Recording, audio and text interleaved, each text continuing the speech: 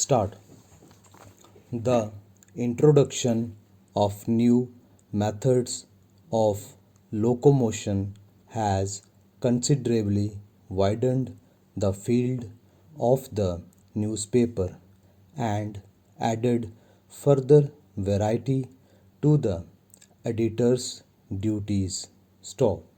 Among the most popular modes of traveling is that of motoring, the development of which has been very remarkable indeed. Stop. Newspapers have consequently enlarged the scope of their contents and given circumstantial accounts of anything and everything of importance associated with motors and motoring. Stop. There are also periodicals devoted altogether to the interests of motorists. Stop.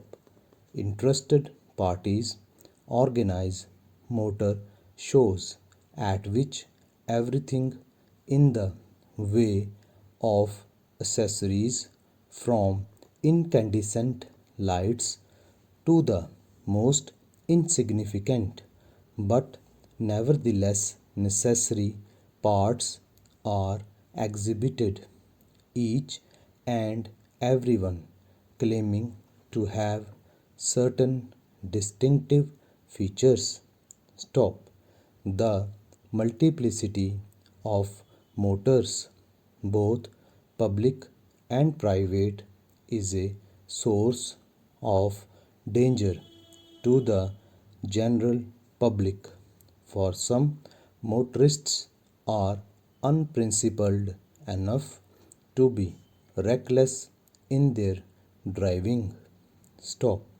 Such unlawful acts give offense and cause great alarm and inconvenience to those passing along our streets.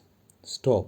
Therefore, it is urgent that those in authority should seek an enlargement of their powers to check excessive speed whenever motors travel through the busy thoroughfares of our cities and towns, and to inflict severer punishments on all who transgress or attempt to transgress the letter of the law. Stop.